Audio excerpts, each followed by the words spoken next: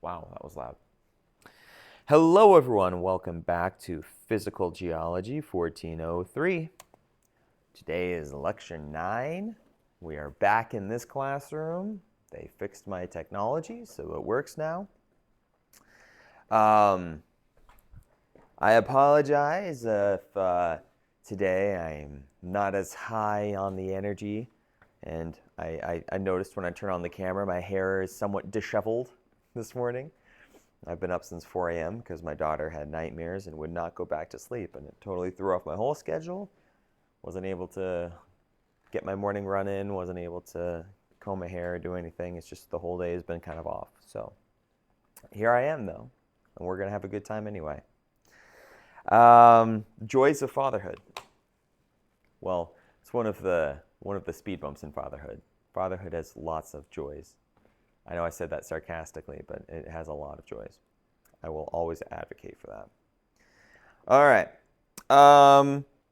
Let's see, I'm trying to think. I don't think that I necessarily have any announcements. Except to please, very important announcement, actually catch up and complete your labs. Because this is week 4, the end of week 4. I am likely going to give you the lab exam in week 6. So that's coming up, and you want to get all those labs turned in, get feedback on them, retries, do that as much as you want to get that hands-on experience. This goes to my online class as well. I know obviously when I say hands-on, it's less hands-on for you, but the more minerals and rocks you see, the more likely it is that you'll be confident in your answers on the exam. Okay, so get all of that work turned in, and I will grade it as fast as I can. So yeah, let's see what else.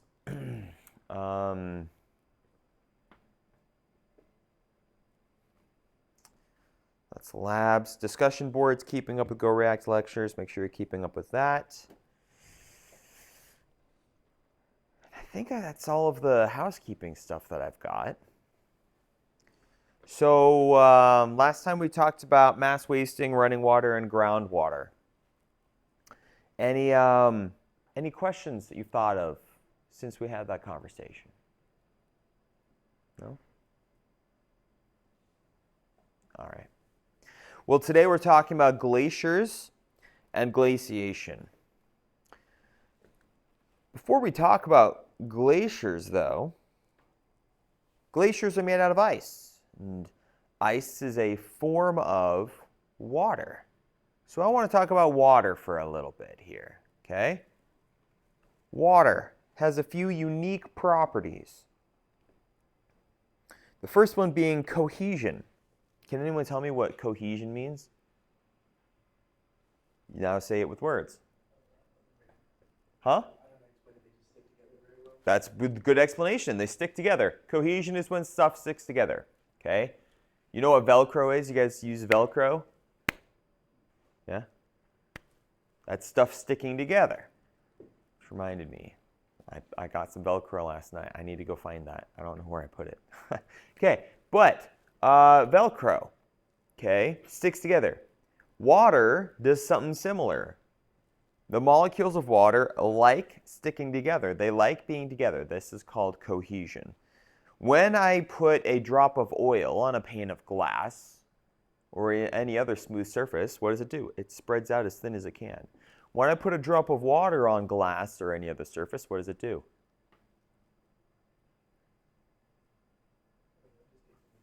Yeah, it makes that bubble shape right there. It does not spread out like the oil does. So that is a hands-on kind of like something that you will see representation of cohesion. Okay, so water does that. Pretty cool. Not everything does that.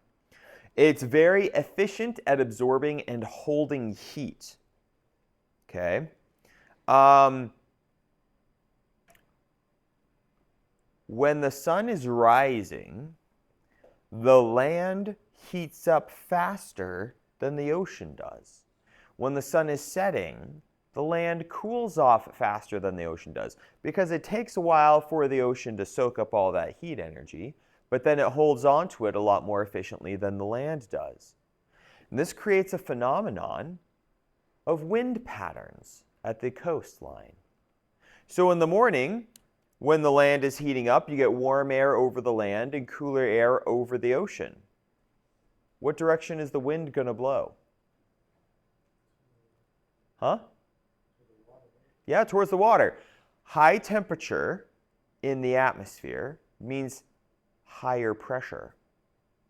Low temperature means low pressure. And high pressure always flows into low pressure, right? So we get a breeze from land out to sea in the morning. And this is what civilizations have depended upon for literally thousands of years. Fishing industries, okay? All the fishermen wake up at dawn so they can catch that morning breeze from the land out to sea. When do they come back at night? Dusk, when the sun is setting. Why? Because as the sun is setting, the land loses the heat faster, while the ocean is keeping the heat longer, which means our warm air is now over the ocean and the cool air is over the land, and the breeze goes what way? Back towards the land. And the fishermen bring their catches for the day back home with the breeze, the evening breeze. Okay? So that's kind of where the concept of the workday probably began. Was you take the morning breeze out and you take the evening breeze back. Okay? So it's very efficient at holding that heat energy. And there's the matter of density. When you take water and you turn it into ice, it becomes less dense. Remind me, what does that mean? What happens when we change our density?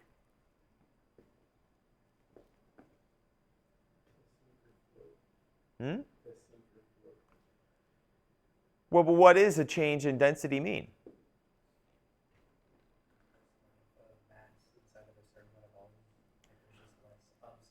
Yeah, it's a measurement of mass and volume. So mass is the amount of stuff, and volume is the amount of space that stuff takes up. So if I take, excuse me, water in its liquid form and then freeze it, it goes from this random arrangement of water molecules to an orderly crystalline arrangement of water molecules, which take up more space, but I haven't changed the number of water molecules there are. So I am lowering the density. When I freeze water, it lowers the density by about 9%. What does this mean? Ice floats on water because it is less dense. Even though they are the same substance, the change in state has changed the density.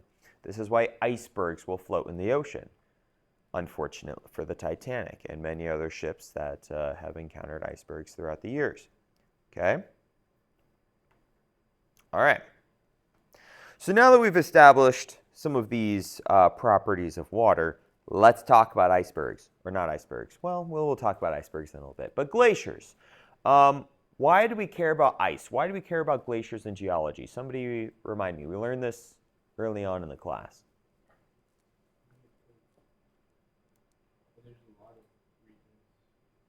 The weathering and then they're crystalline. Okay, so what's that second thing you said? They're crystalline. Are you implying that they are, in fact, geologic? Yeah. Yeah? I'm glad you doubled down on that because you're right. Okay? What's our definition of a mineral? Any naturally occurring inorganic solid that possesses an orderly crystalline structure and can be represented by a chemical formula. Ice hits all 5 of those factors, baby, right? Okay, so ice is a mineral. Ice being a mineral, glaciers are a matter of geologic study. Okay? So it's an accumulation of all of these ice minerals that occur over time. We'll talk about that time and how it happens here in a minute. But if glaciers are made out of ice and ice is a mineral, how do glaciers move? We kind of take it for granted that glaciers move. But how do they move? Quick intro into how they move. We call it plastic behavior or plastic movement. What? What is plastic? Why am I using the word plastic here? Somebody tell me what plastic is.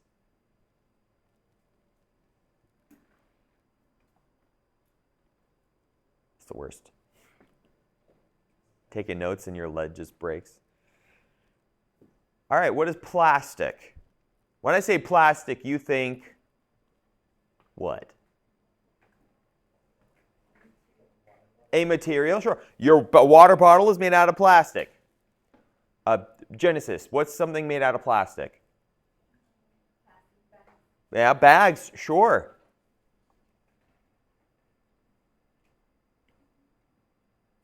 Nathaniel, something made out of plastic.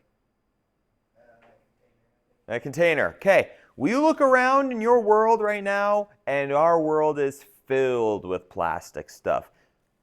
The top of these tables is plastic. Almost everything that you can look at, my phone, this case, that container, this charger, right? There's plastic everywhere. Is it all the same stuff, though? Is the lid of this bottle really made out of the same stuff that this bottle is made out of?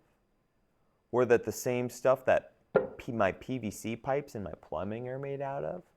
Or the same stuff that this remote is made out of? Is it all the same? No. But why do we call it all plastic? All these dozens and dozens of different types of polymers, which is really what they are, chemically speaking, we just call it all plastic. Why? What does that word even mean? We call it plastic, not because plastic is the name of an object, okay? Plastic is a description. It's an adjective, not a noun. So I could say, hey, look at that plastic. I'm treating it like a noun, but really, the word plastic is an adjective. It's a descriptive word. For what? Plastic. When something is plastic, that means it is formable, moldable, changeable. You can exert pressure or other forces on it to change its shape or its behavior. That is what plastic means. So when I say that glaciers move through plastic behavior, now what does that mean to you? Yeah. Because they like melt and then they like refreeze, or has something to do with that? It doesn't actually have to do with melting. Plastic behavior doesn't have to do with melting.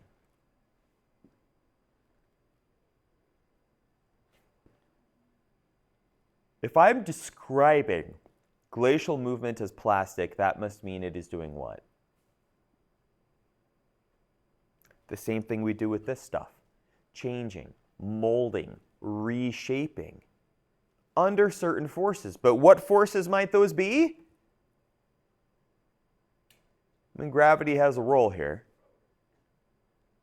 I'll teach you about those forces later on. But this is how they move, okay? Plastic behavior. It is reshaping, changing, molding itself as it goes downhill.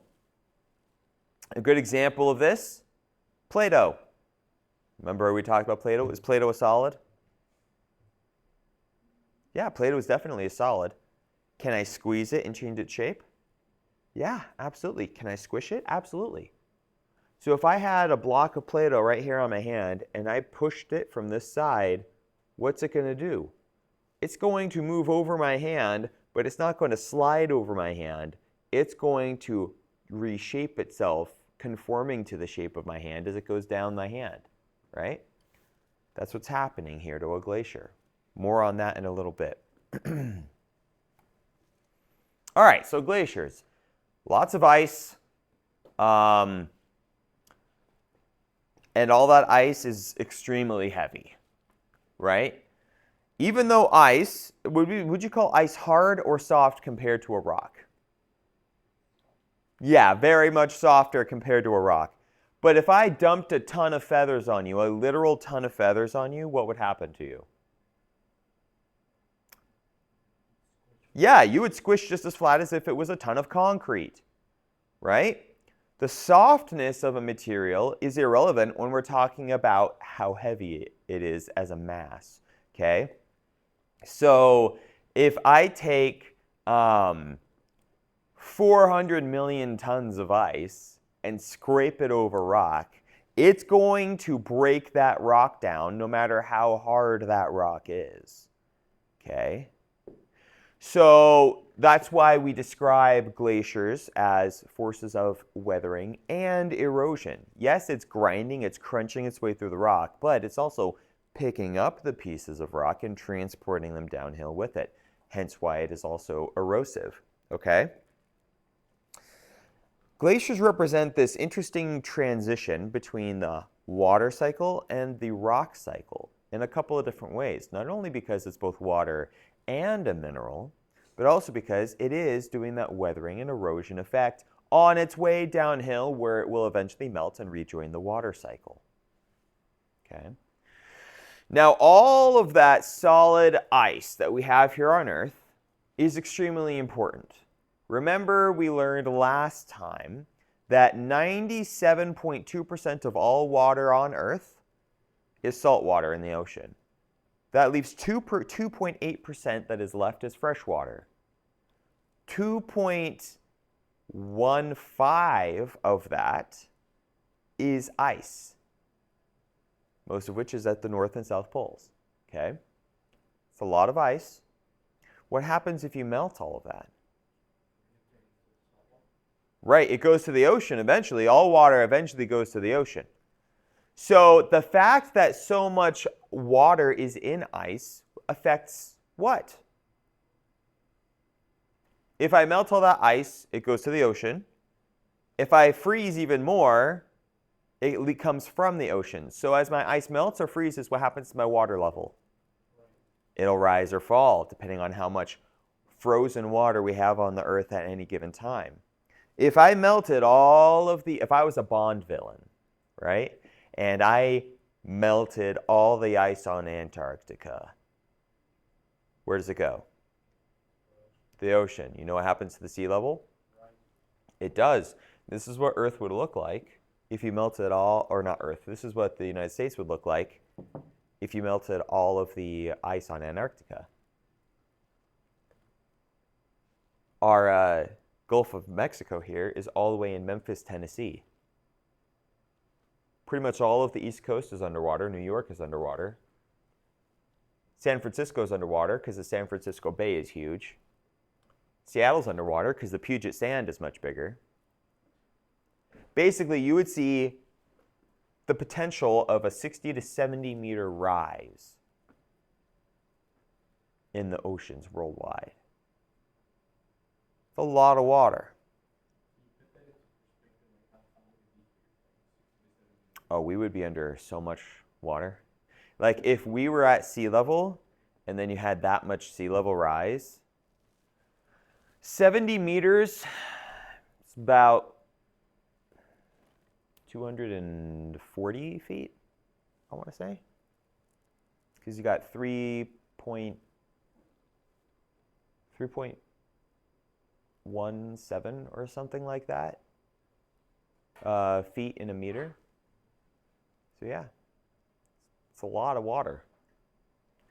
Would that ever reach us here? No.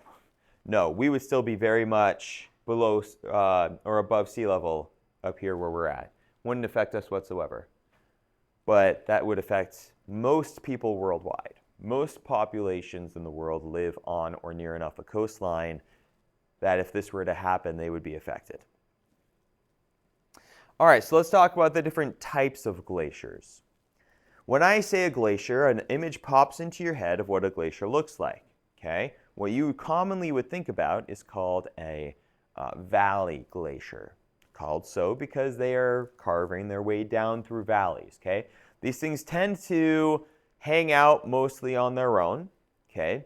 They have their own source, which we will talk about the source later on, and make their way down the valley. And they can intersect with other types of glaciers on their way down, other valley glaciers on their way down. When that happens, they kind of join forces together. So you see here's the Valerie Glacier, here's the Hubbard Glacier. They're two individual valleys joined up right here, and now we have the Valerie Hubbard Glacier right there. Okay?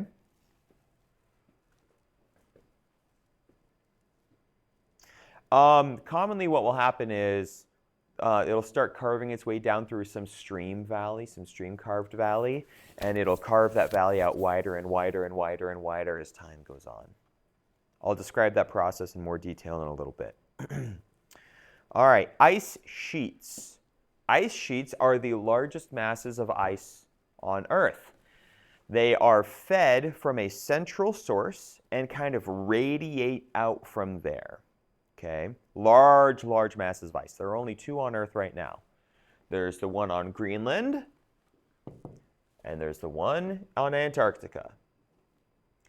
The Antarctica one, all of the ice comes from the center of the continent and spreads out from there. You guys knew there was a continent of Antarctica, right? It's not just a bunch of ice. There's a whole continent under there that no one has ever seen. It's just covered in ice, okay? And then Greenland, all the ice kind of forms up here in near the North Pole area and then comes down south, pushes down south over that continent. Ice caps are very similar to ice sheets. Oh, by the way, which one of those do you think is the biggest one? Yeah, definitely the Antarctic one, right? Leaps and bounds bigger than Greenland. Okay. Ice caps are kind of like small-scale ice sheets. Typically, you'll find ice caps covering the top of, say, mountain ranges and spreading out from there. Okay.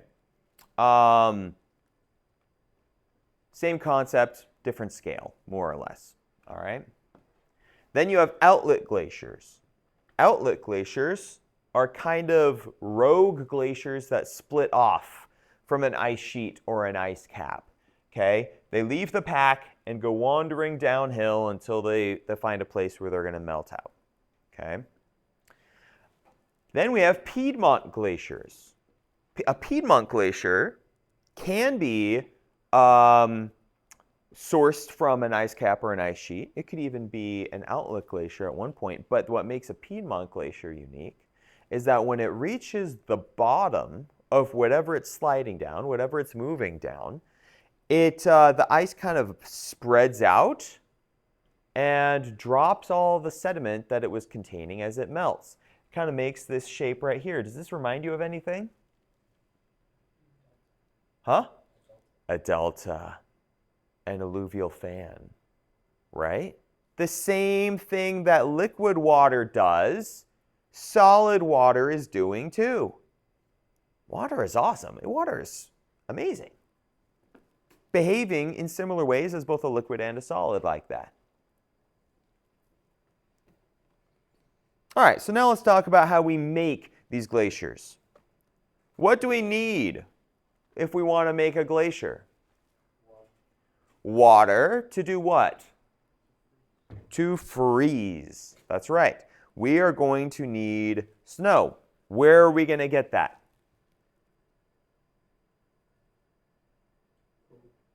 Yeah, we need cold temperatures. Where do we find cold temperatures? The poles, yes. Where else?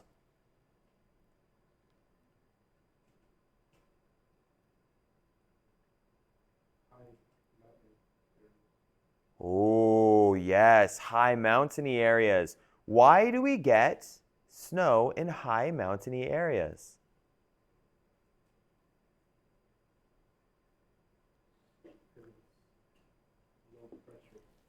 It doesn't really have too much to do with the pressure there, but what happens as you get higher in the atmosphere? Huh? The air thins out, that's true. It gets colder. In part because the air thins out, okay? As the air thins out, as your atmosphere gets thinner, less solar energy is retained in that atmosphere. Here near the ground, there's a lot of atmosphere. Solar energy has a hard time escaping. Up in the atmosphere, it just kind of passes through, right? Have you guys ever been on an airplane? Yeah? When you get up, when you reach altitude and you look out your window, you got ice crystals forming on the outside, right? It is so cold up there. So we need altitude. Now, naturally, you can be at the poles. The poles get less solar energy because they are not facing the sun. So that's why it's so cold there. But even at the equator, you can get snow if you have enough altitude. How high is an altitude? That's the question. This brings up something called the snow line, okay? The snow line is the height you have to reach at any given location where snow is capable of remaining year-round. Above the snow line, snow does not melt.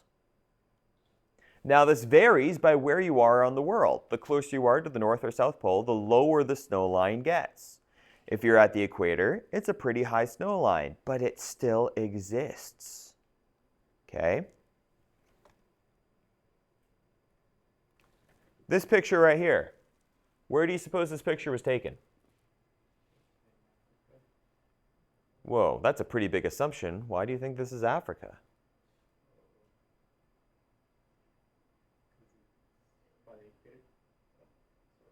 Because it's what?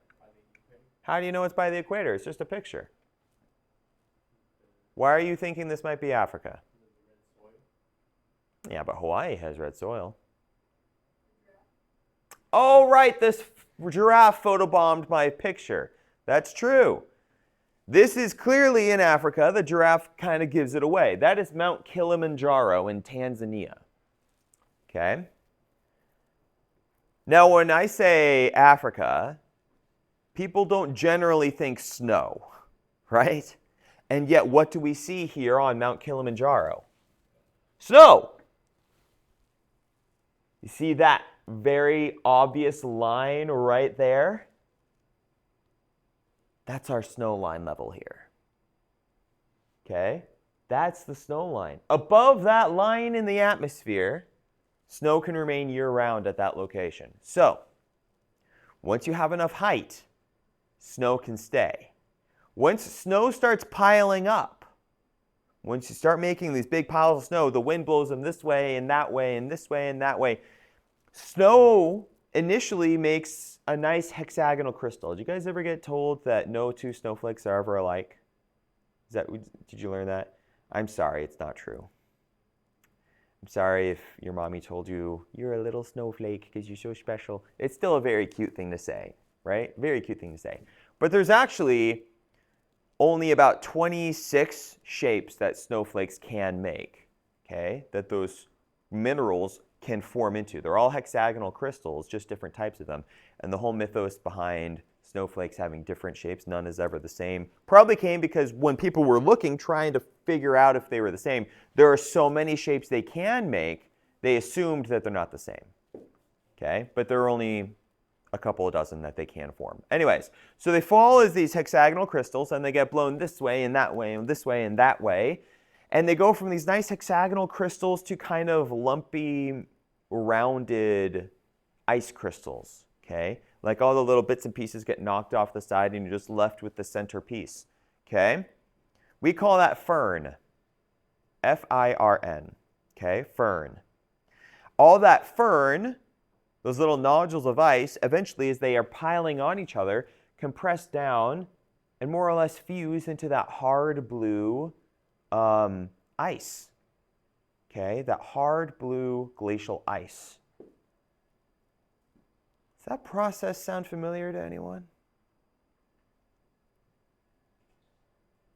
What I just described to you, the ice or the snow falling down, getting moved this way and that way, breaking down, and then getting compressed into a layer of ice. What does that sound like? Jasmine, what do you think?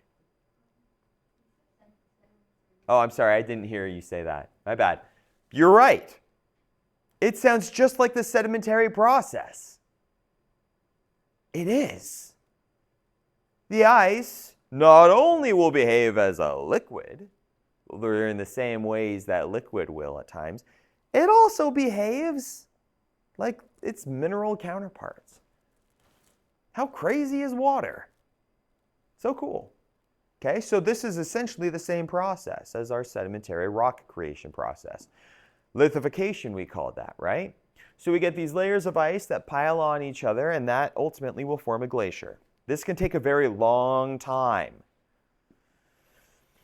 depending on conditions. For example, if we have very how do I put this?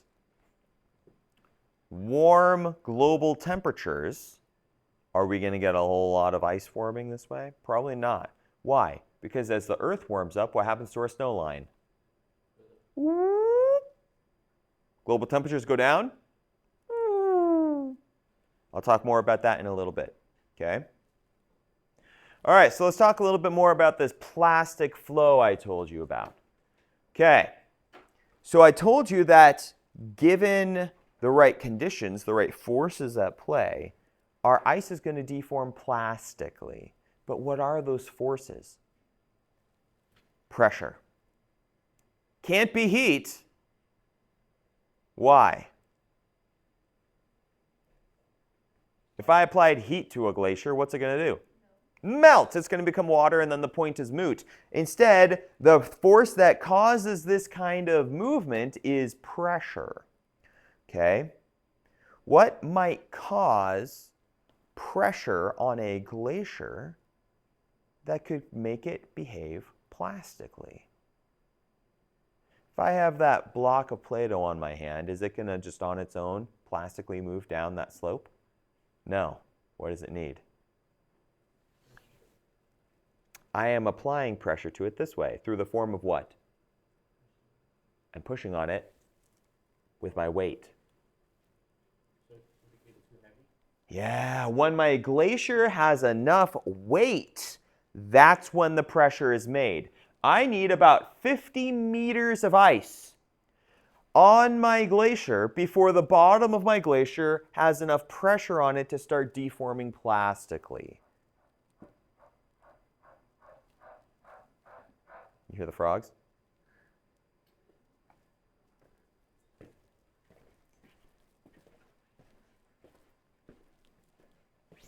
Just check real quick, make sure no one's stuck anywhere.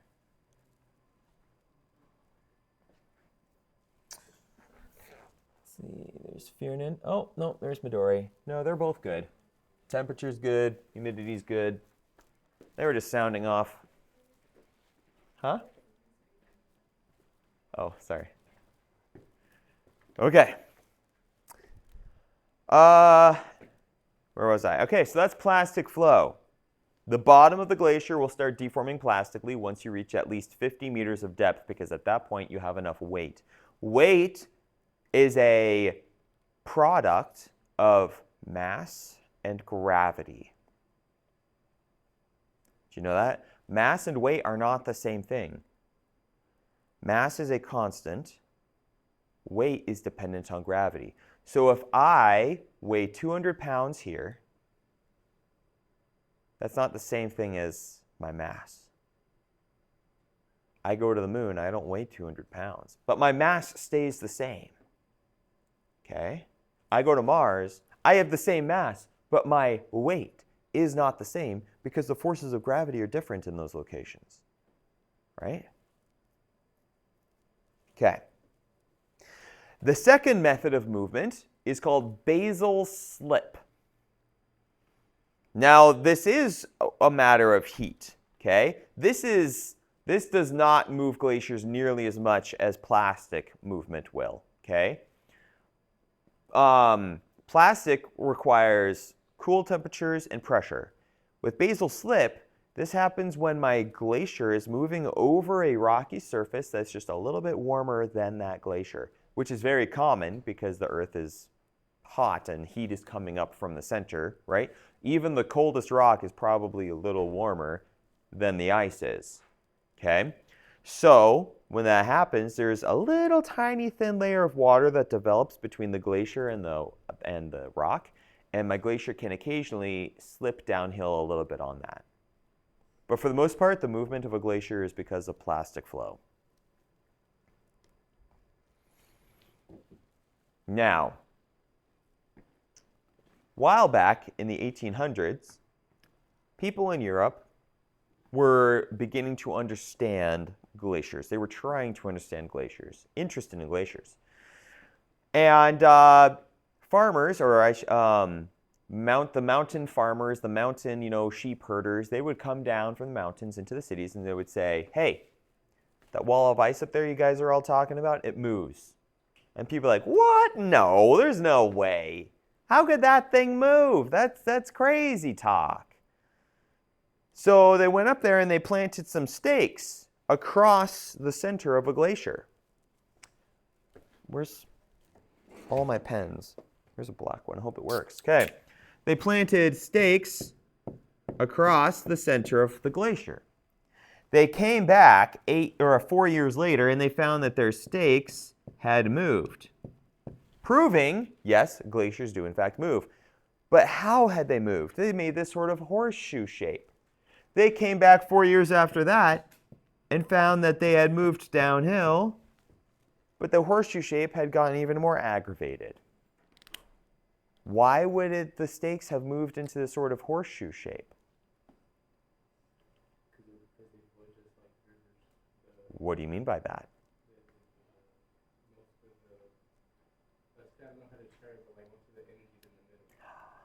The greatest velocity of a glacier movement is in the middle, just like, what did you say?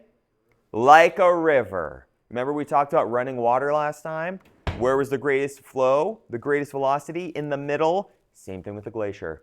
As a solid, behaving like water again. How cool is water? It's pretty cool. All right. Now, what matters most for a glacier to form and continue onward, stay existing, is a glacial budget. When I say a budget, you're going to think money, right? Rightfully so. What is a budget? Huh? Your limit on what? Exactly. How much input versus output you get. A budget says bring more in than you have going out. Okay? You're all going to live on a budget. Everyone has to live on a budget unless they happen to be a millionaire and their parents gave them a lot of money. Even so, it's probably a good idea. But anyone who has any intention of living long term needs a budget. Otherwise, you spend all your money and you don't have anything saved up for when the bad things happen or when you want to retire, right? So, that's a budget. How might that apply to a glacier? Do glaciers care about money? No. So what is it that a glacial budget has to do with? Input and output of ice. Input, that's going to be your snow, right? This occurs above your snow line, a region which we call the zone of accumulation. Okay, so here's our snow line. This is the zone of accumulation. Output occurs below the snow line. This is called the zone of wastage. That is where ice has the potential to be lost through breaking off. If it breaks off into water, we call that calving. That's what makes icebergs, okay? Or it can melt. It can just melt. Any amount of loss in the zone of wastage, we call that ablation, okay? That's a word that it basically means loss, removal of material, okay? So our zone of accumulation and our zone of wastage. When our glacial budget is positive, meaning we are receiving more snow in the zone of accumulation than we are losing ice in the zone of wastage, my glacier is advancing. Its front is moving downhill because it is being replenished at a faster rate than it melts. When I am receiving less snow in the zone of accumulation than I am losing ice in the zone of wastage, the front of my glacier is going to do what?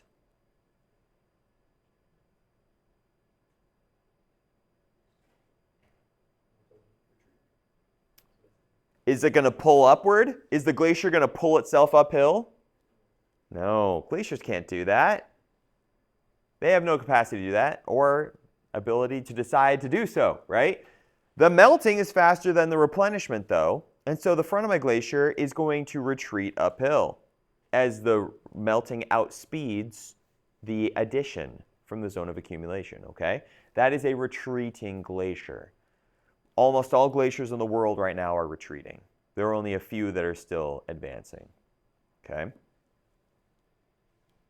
What would the two mean? Advanced glacier? Yes, an advancing glacier has a positive budget, more input than output. And then a retreating glacier has a negative budget. It is losing more than it is gaining.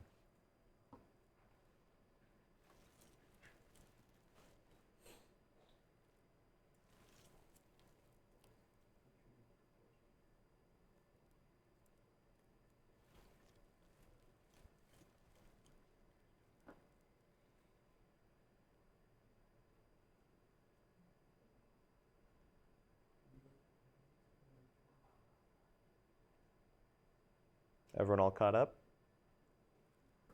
Okay. Now let's talk about the effects that the glaciers can have on geography. Okay. So because glaciers are made out of ice, and ice is obviously a solid, it's not going to pick stuff up and then just drop it off whenever. Okay. If a glacier stops moving, the rock on top of it doesn't just fall through the glacier and land on the bottom like what happens with water. What has to happen for that glacier to drop out all of its stuff? It has to melt. So it carries a lot of particles downhill because it never drops anything until the moment it melts. So it just picks up more and more and more stuff until it reaches the bottom where it is currently melting. Okay? Whenever it picks up stuff, we call that plucking. So plucking, it picks up a big old boulder, carries it 100 miles further downhill. Okay? When those things get deposited, we call those glacial erratics. Here's one right here. How did that boulder get there?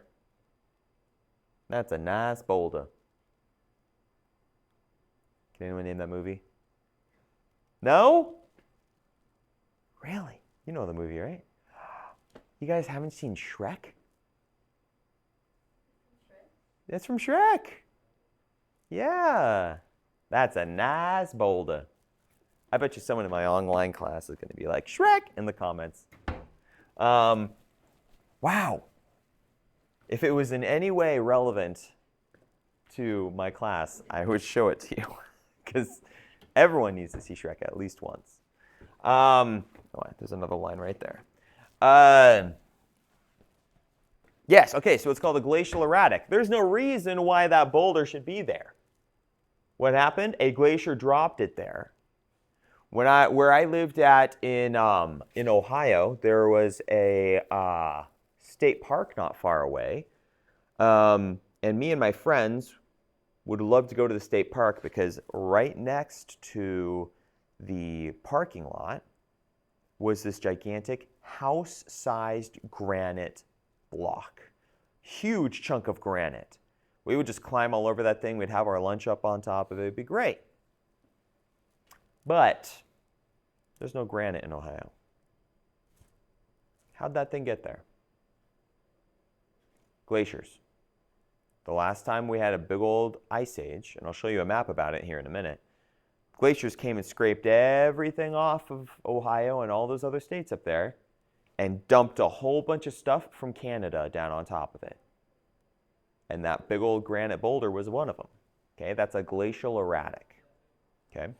Abrasion is when the bottom of my glacier is doing that thing I was telling you about earlier, absolutely just like grinding and pulverizing all the rock underneath of it because it's so heavy, right? And this is what an abrasion surface looks like. It kind of looks like there's all these striations on it, like these grooves. Why? Because as my ice is scraping over it, it's pushing other rocks on top of it, and those rocks are grinding each other to pieces, making those grooves as they go. That's called abrasion. And it makes an extremely fine-grained powder. Literally, it's pulverizing the rock. It's the finest rock powder you'll ever feel. It feels like flour. We call it rock flour because it's so tiny. Okay? And then calving, I already mentioned this. That's what we call it when a chunk of ice falls off of a glacier into the water. That becomes an iceberg. All right, let's talk about some of the land forms we get through the weathering and erosion that comes from glacial activity. I'm going to bring this around here so I can show it to the camera. So here we have our glacier. Okay? We've got our glacial valleys here. Probably shouldn't cover up my microphone. We have our glacial valleys here. Okay? Some of them are bigger than others. Here's a main valley, there's a main valley. They meet up together into this giant valley over here. Okay? Now, that's a valley. These little sub-valleys, kind of side valleys here that feed into the larger glacier there, we call those cirques. Okay, C-I-R-Q-U-E, cirque. The ridges between these glaciers, those are called arêtes. Okay, so that's an arête. That's an arête, that's an arête, that's an arête, that's an arête, so on and so forth. Where multiple arêtes come and join together, usually wherever glaciers are coming, like, are kind of gonna join up like this, right there, there's an intersection of these two arêtes right there. It makes a very sharp peak that we call a horn. Okay, so you have arêtes, horns, cirques. Now, we already talked about this earlier. When we have a lot of ice, there's a lot of glaciers on Earth, what happens to sea level? If there's a lot of water in ice, the water's not in the ocean, right? So what happens to sea level? It drops. What happens if I melt all this ice? Where does it go? To the sea, and what happens to sea level? It rises. So if during an ice age I have a whole bunch of these glaciers carving valleys down, where are they trying to go? To sea level. All water is trying to flow to sea level, including ice. So as it's scraping its way down to the current low sea level, and then that ice melts because we enter a period of global warming, sea level rises, what happens to all those glacial valleys that got carved down to sea level? The water level fills up into them, floods them, and you get these kind of drowned, flooded glacial valleys that are now under the water. We call those fjords. Have you heard that term before? There's a lot of fjords in Norway and Iceland and all those northern Western European countries.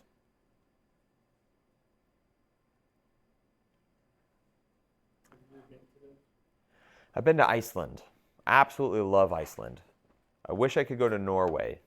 I'd love to go to Norway next. But I've got 3 kids now, so I don't know when I'll be able to make it to Europe next. Okay. But yes, when it gets filled with water, that makes a fjord.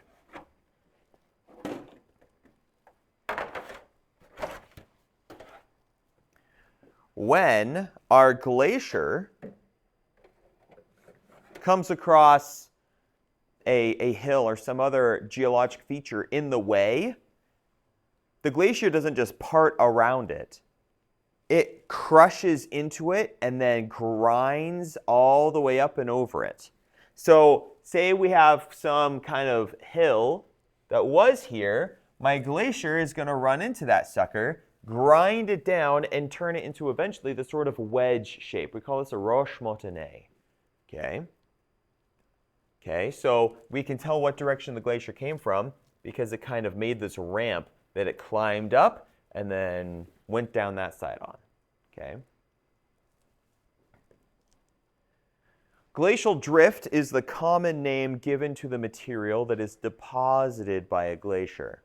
All that sediment and rock is picked up and then dumped out. It's called glacial drift a lot of the time. I actually don't really like that name.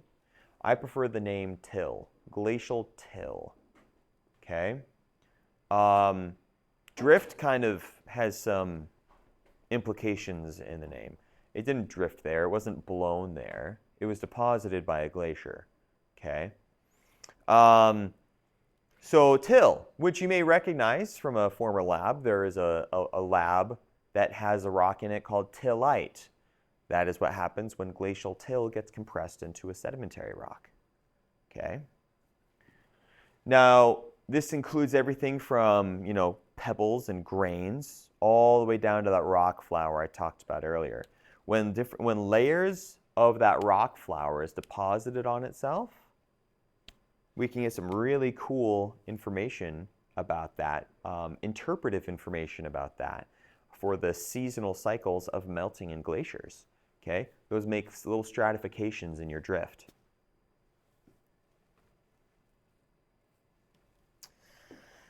A moraine is what we call the deposit of sediment on the glacial surface or deposited by the glacier as a consequence of its movement and melting. So there are three different types of moraine. You have lateral moraines, which occur on the side of my valley. So where this glacier is scraping along the side of the valley, it is removing material from the side of the valley, and that material sits on the side of that glacier. Right here. That is a lateral moraine. Think of glaciers as more or less acting like conveyor belts, taking all that crushed up sediment downhill, okay? So lateral moraines are on the sides, but what happens when two glaciers combine together into one glacier? The lateral moraine here and the lateral moraine here are going to join forces and make a super moraine. No, they make a medial moraine. Okay, that's what we call it. When that lateral and that lateral combine together, they make a medial moraine right here in the middle of my glacier, which you can see happening right here. Lateral moraine combined together. Look, that's a medial moraine. You can see it a little further back here. Lateral, made this medial moraine right there, okay? And then finally, there is the terminal moraine, which is what builds up down here at the base wherever my glacier is currently melting. All that sediment that's being carried down this conveyor belt is going to get dumped out right there at the bottom. That is called the terminal moraine. If I remove this top layer so the ice is gone, you'll be able to see that terminal moraine a little easier. All that sediment, this kind of wall of sediment that's built up there. Terminal moraine. Okay?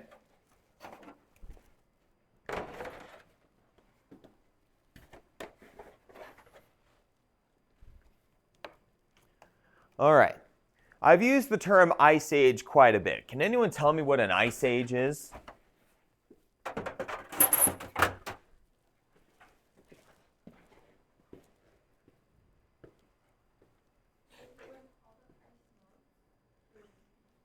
Mm-mm.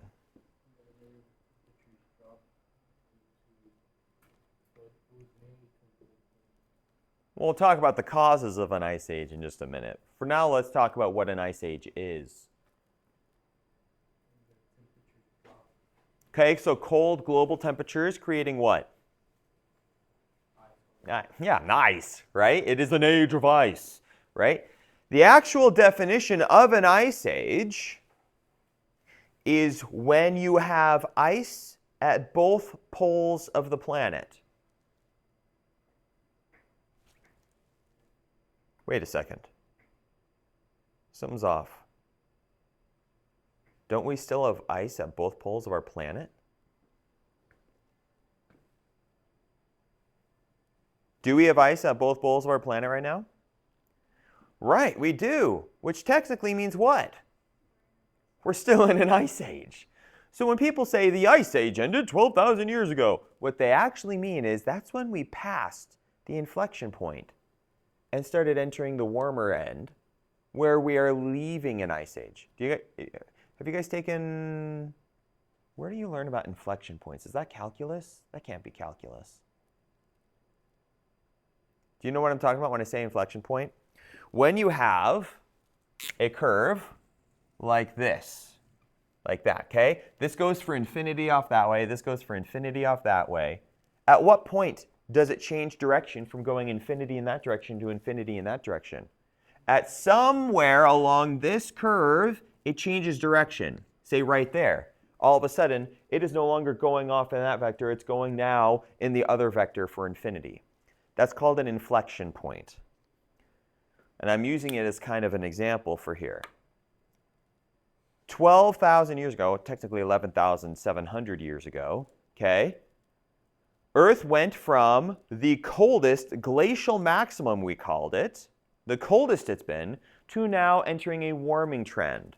So it went from being colder, colder, colder, colder to now we are slowly getting warmer. Okay, that's what happened 12,000 years ago, not the end of the Ice Age. We are in the process of leaving it still. Okay, so just bear that in mind. So that's an ice age. But what comes with an ice age? Usually when the Earth gets real cold, stuff dies.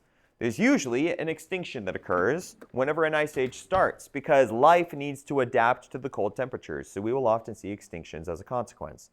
The opposite is also true. When you leave an ice age, there's often a lot of extinctions that come with it because life has adapted to the cold. And now it's getting hot. Okay?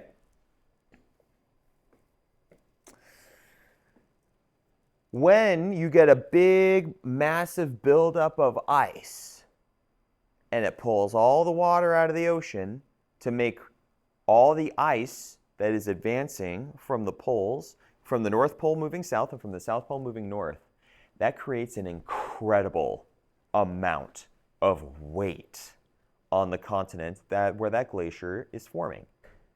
Right now, we have what are called the Great Lakes up here between us and Canada in the northeast.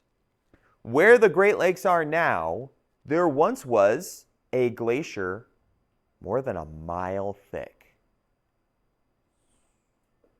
Can you imagine how heavy that much ice is? It was so heavy. This is the perfect place for a Yo Mama joke, but I'm not going to do it. It was so heavy that it actually pushed the crust down into the mantle more. And then it sat there like that for a long time, tens of thousands of years, and then it just melted over the course of a few thousand years, and that depression is still there. That's why we have the Great Lakes. The Great Lakes are there because of the low point caused by that glacier, and it filled in with water after all the ice left. But you know what? There's this thing called isostatic rebound, or uplift. What happens when I take a bowling ball and I put it on a memory foam pillow?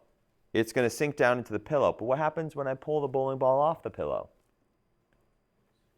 My memory foam slowly pushes back up. That's what the crust is doing. Our Great Lakes are currently in the process of getting shallower because the bottom of those lakes is rebounding upward still from when that glacier was there. Here's the problem.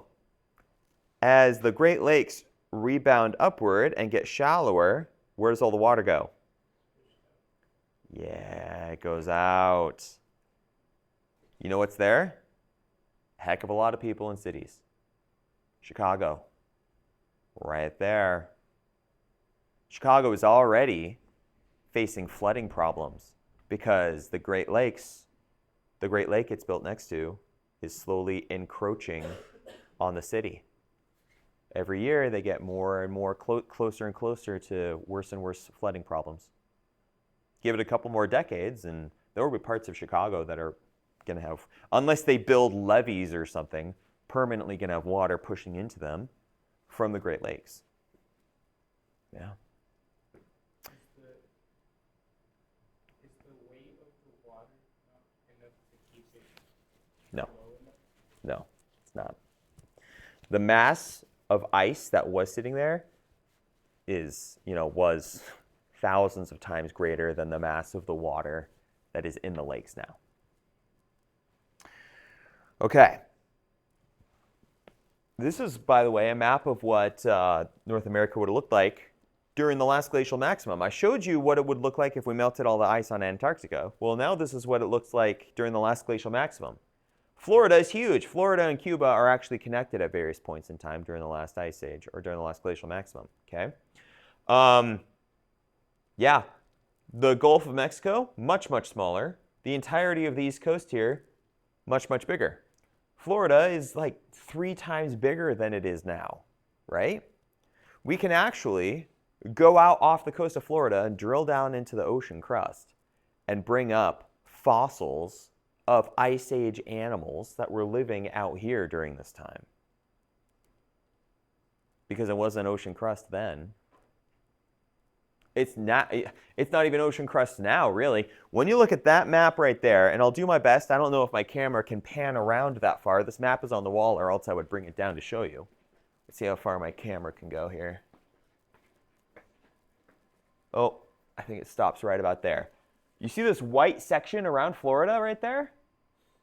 That's all flooded continental crust. This is all flooded continental crust because we have left a glacial maximum and entered a period of warming where all enough ice has melted that continental material has been covered by ocean. Okay?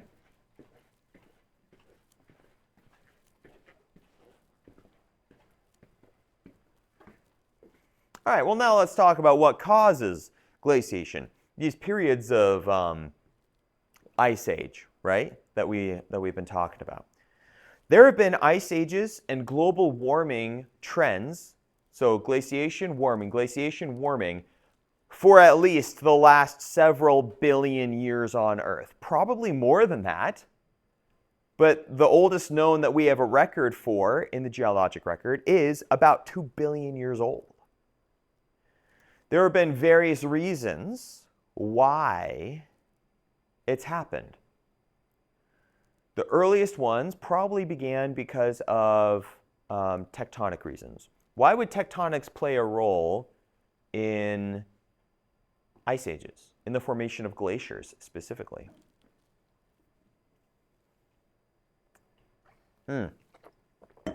Camera's still looking over there.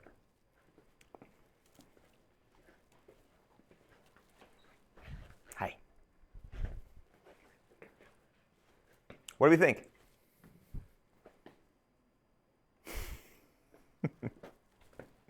What do we think?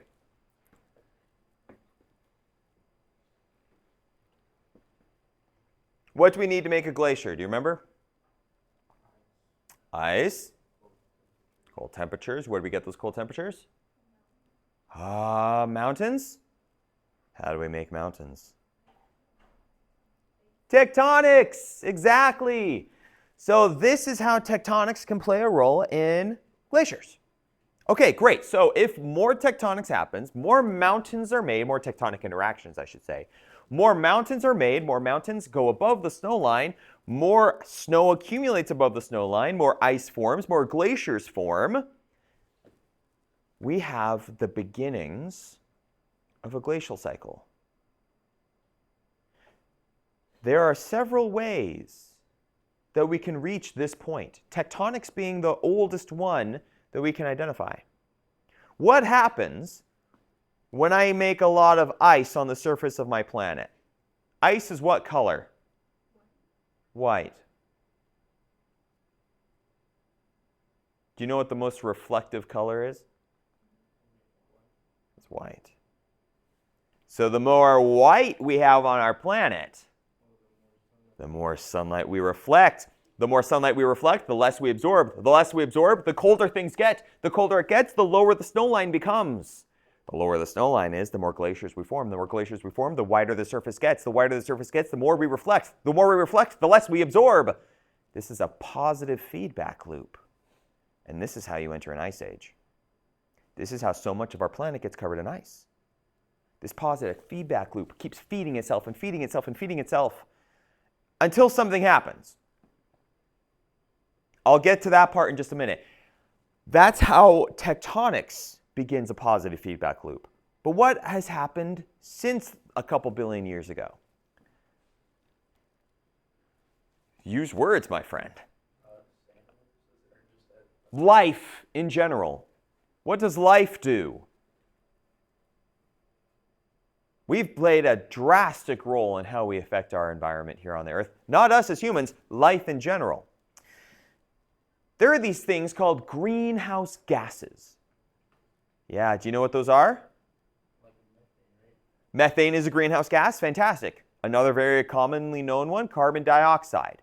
Okay? These are greenhouse gases, large molecule gases that hang out in the atmosphere. Now, why would that matter? Because they are large molecule gases, whenever sunlight, a beam of sunlight, say, strikes it, they absorb more energy than the other gases in the atmosphere would, which means that sunlight does not have enough energy to reflect off Earth's surface and leave again. The more greenhouse gases in our atmosphere, the more sunlight energy remains here and temperatures grow, increase. As temperatures increase, our snow line gets higher. As our snow line gets higher, more glaciers melt because their zone of accumulation gets smaller. Earth heats up. We go through these cycles constantly, my friends. Cooling, warming, cooling, warming, cooling, warming. This cause of global cooling initially was tectonics. Then life. Why would life, in particular plant life, why would plant life play a role in global cooling?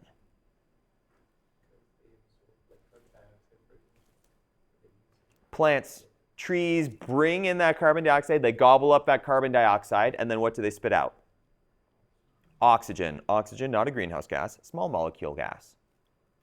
So as more plants show up on Earth, as forests spread across Earth's surface millions and millions of years ago, they're sucking in all that carbon dioxide, spitting out oxygen. Earth's temperatures drop. Why? Not enough greenhouse gases in the atmosphere to keep the heat. Positive feedback loop. This happens over and over and over and over. The number of times that life has caused its own extinction by starting a climate change is astonishing, actually, in the fossil record.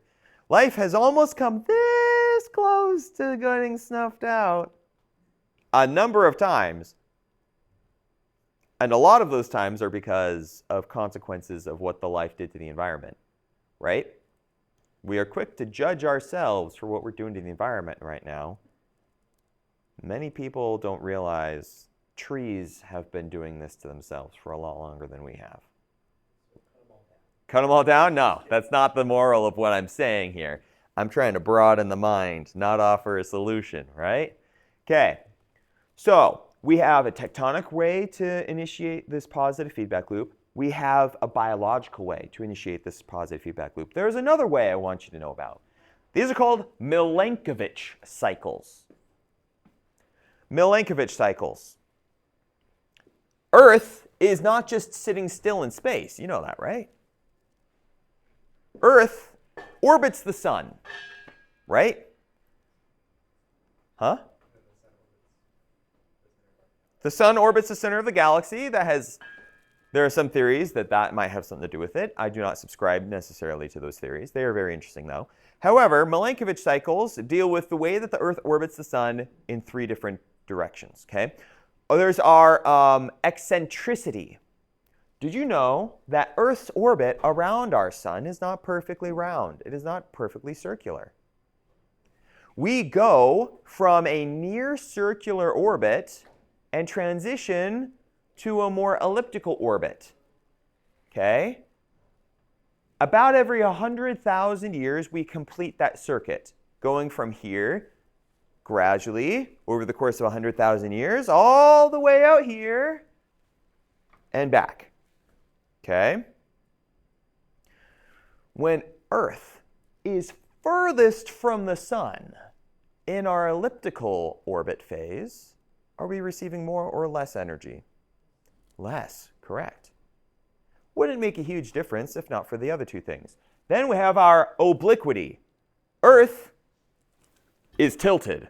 You ever wondered why globes show the Earth like that? Why aren't the Earths on our globe, why aren't the planets perfectly straight up and down on the axis?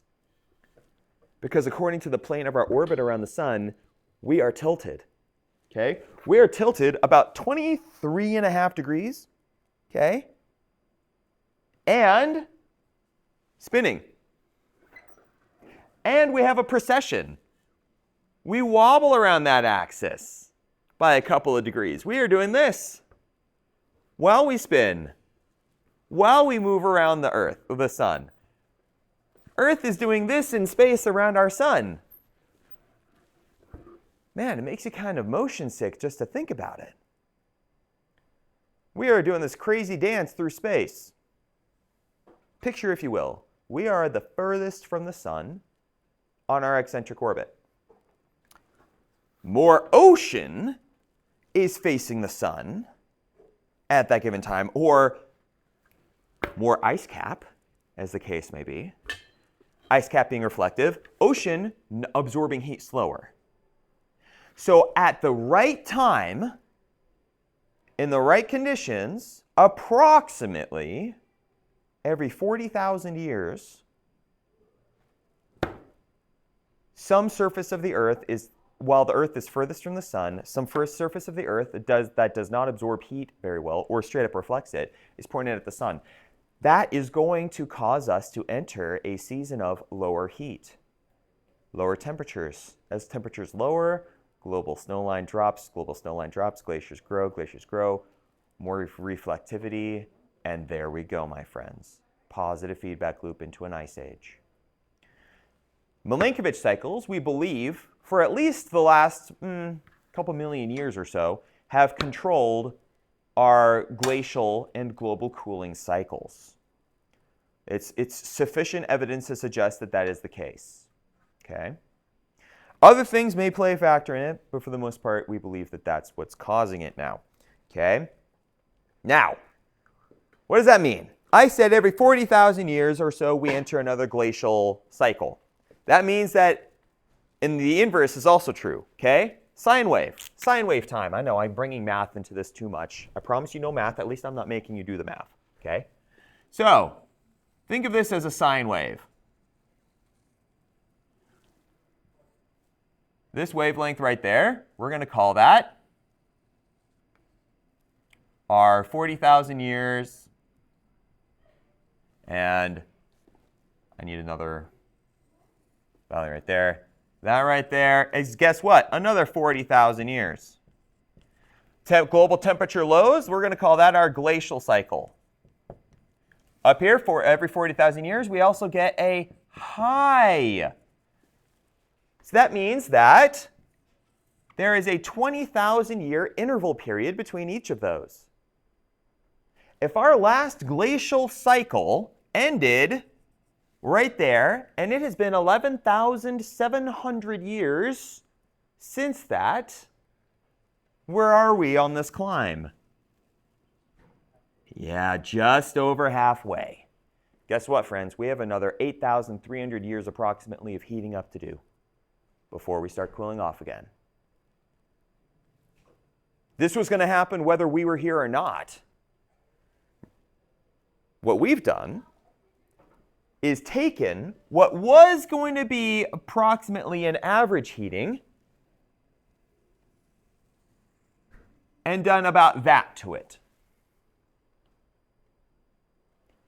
which would put us right about there. Still over half, but it's going to get hotter. It's going to get hotter for thousands more years before it starts cooling off again. Okay? Even if right now we stopped burning every fossil fuel, we're still in for a hot one for thousands of years. Pandora has opened the box. The box was going to open anyway. She just opened it and threw it on the ground and shattered it, so there's no way to close it. Okay? Pandora being us. I don't know if you caught that. Okay? So I have very little patience for the people who are anxious to blame humanity for this problem. Global warming was the natural consequence of things that were going on. However, I am also not going to advocate for non-accountability, right? We've done this. We have to learn to live with it. And this is where the next part comes in. We can't stop it, no matter how much money we throw at the wall. It is a wall. It doesn't care about our money. We can't stop it. And let me ask you this.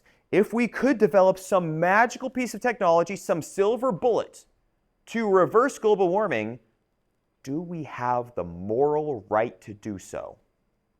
We already know the consequences of one action, and it's not going to be pretty. Can we, in good moral conscience, pull the trigger again to think we are fixing something without any understanding of what the consequences might be again? I don't think so.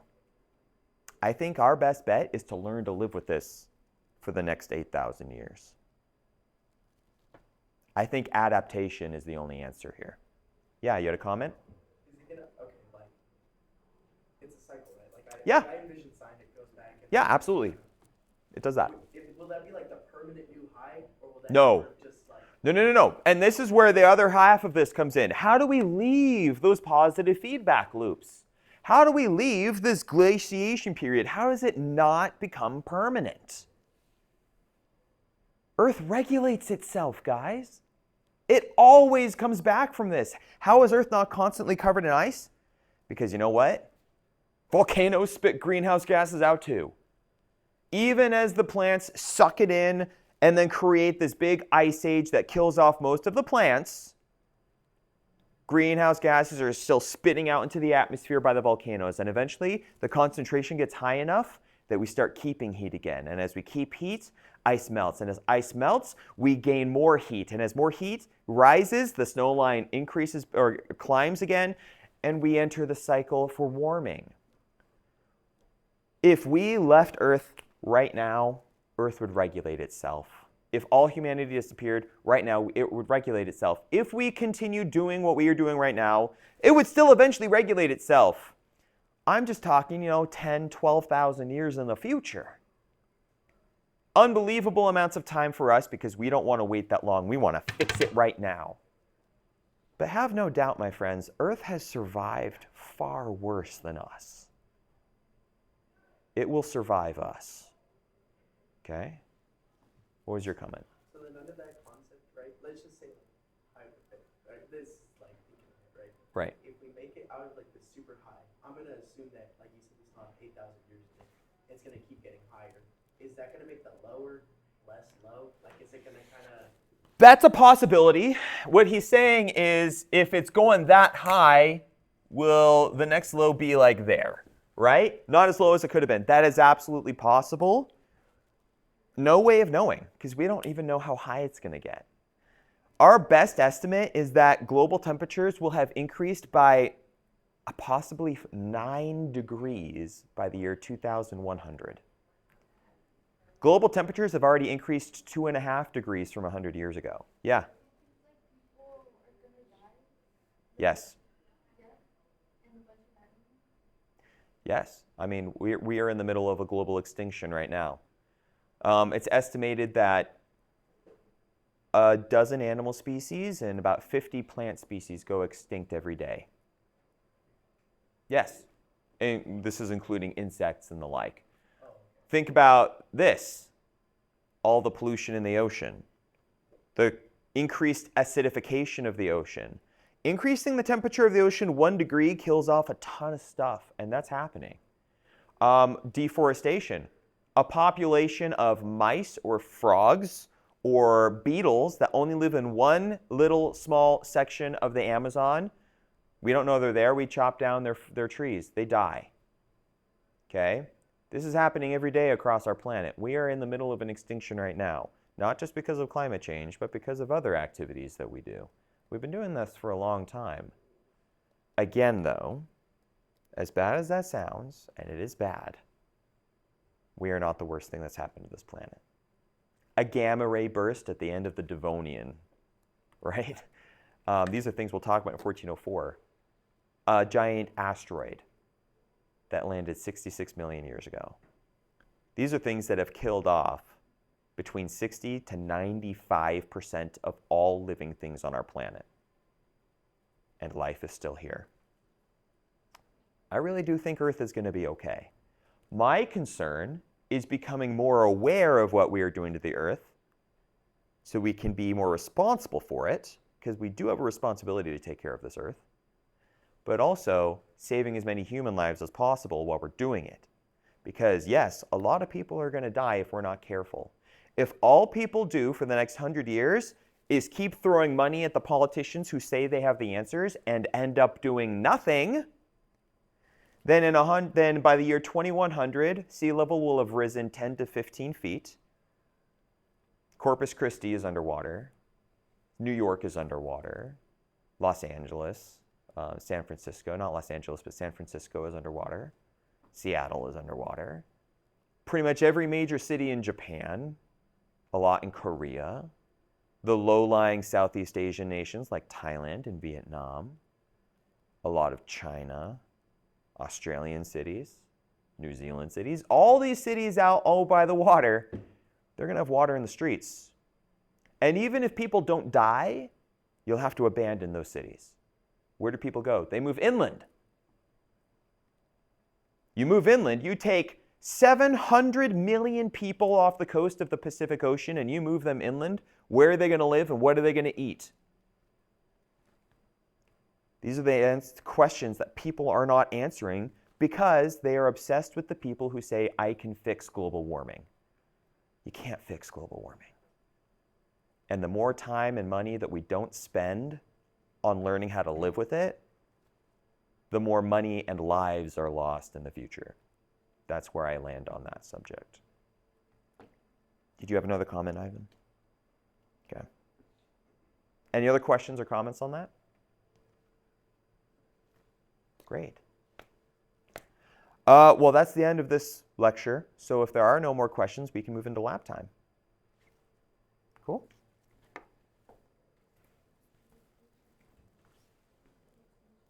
So I had a question, but it's not about that. Sure, yeah.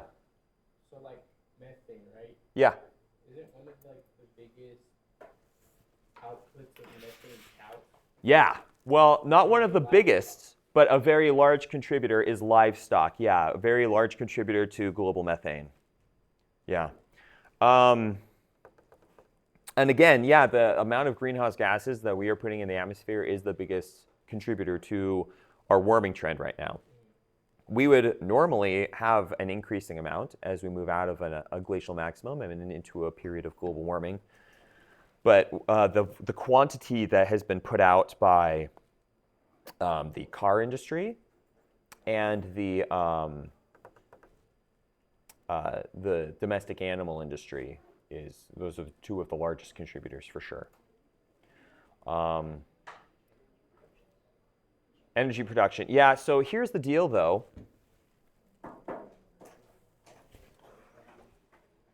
Is our problem making the gasoline or is our problem using it? Is the oil industry the problem or is the car industry the problem?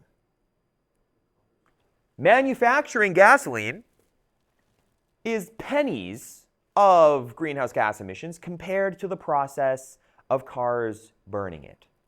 So what if instead of regulating the oil industry, we regulate the car industry and how many cars people can have? How many of you guys have friends that have more than one car? How many of you guys have more than one car in your family? I have two. It's very convenient. Is it necessary for my lifestyle? When I'm being honest, no. I can make do with one car. Less convenient, but doable. What about, do you guys have friends that have 3? 4? I have a friend who has 18. He's a collector. Does he drive them all? He takes them all out for a turn. Is that necessary? No. It's our culture. Our culture is very much based on extravagance, especially here in the United States. You travel to most other places in the world, gosh, it changes your perspective on the US. Even Mexico is more extravagant than a lot of other places in the world. It's mind-blowing. What if instead of being all regulatory on the oil industry, which they do deserve some because there is environmental effects from what they do, we stopped burning so much? That would give us more in stock, more as a backup, which right now global backups of gasoline are a problem, right? Because we just keep burning it all, we keep selling it all and using it. And it would be far more responsible for our greenhouse gas emissions. But you know what? You know what the politicians don't do? They don't regulate the auto industry. The auto industry is rich. And the auto industry is one of the biggest contributors to political campaigns. There's a thought. Yeah. Do you think like public or like more widespread use of like public transportation would be used for that? Public transportation would be an enormous factor. Not only that, if you use a bus service in a city and you have a city of 1 million people, let's say, and everyone uses the bus service every day, you only need 40 buses, as long as they're constantly running, to maintain the needs of that population. You can fit, say, 50 people on a bus. That's 200,000 people per 15-minute trip across town, let's say. You can get 1 million people where they need to go, zero problem. Okay? Or 20,000, not 200,000. Yeah. Okay? But you can get that many people where they need to go throughout the day, no problem. Those buses would be running nonstop. But now we're talking about 40 vehicles that you can make electric instead of 1 million vehicles you need to make electric. So much more sustainable. That absolutely is the answer in urban areas. Much more difficult to do that in a suburban or rural area. In those places, absolutely individual, probably even, fossil fuel vehicles are the answer. But so many people live in these urban areas where public transportation is the answer. It's just a matter of investing into it. Yeah. Here in Odessa, we have public transportation. We don't use it. We have the Easy Rider service. We have buses. They're just underutilized. And Odessa is, bless you, is a very widespread area. None of those services go out to West Odessa, right? That's way too far. It's not economically viable for them. If we had a larger population, if we tripled the population of Odessa and stayed in the same amount of space, this would become a highly urban zone. Right now it's not suburban, but somewhere between suburban and urban, I would say. It's not New York. It's not LA. You need a certain amount of population density before public transit becomes economically viable for the amount of upkeep and fuel that you need for the public transit service. Okay? Yes, absolutely, it could be the answer if the population of Odessa keeps growing without expanding our borders. We will reach a point where it becomes a better answer, yeah. At least in the downtown areas. Great questions. I love that you guys are asking questions. You're thinking about this. This is stuff that needs to get thought of. I'm doing my part to try and help out with this, but I'm not going to lie, guys. Your generation's going to have to do a lot of it. By the time... Corporate greed stops a lot of things. That's a big stopper in a lot of things. I agree, it can be discouraging, but I don't like the word can't. When people tell me I can't do something, I'm inclined to punch them in the face and try and do it anyway. So all it takes is people trying, and eventually we get there. I'm taking a law class right now. The two biggest factors that dictate government are the will of the officers of the government and the will of the people. We can't control the will of the officers of the government, but we do elect them, so we can choose who goes in there as a population. And the will of the people, that's us. So we control 50% of it, and every 2 to 4 years, we have the opportunity to control the other part. So never skip a vote, and never stop putting your voice out there for what you believe in. Things will get done that way, and it may be slow. I guarantee it'll be slow, but it happens that way. It doesn't feel like, when you look out there in the news, it doesn't feel like good things happen very often. But gosh darn it, they do. They eventually happen if enough people want it to happen. If everyone thinks I can't, then I never will. Okay. Now I'll stop the video and we can go into lab time.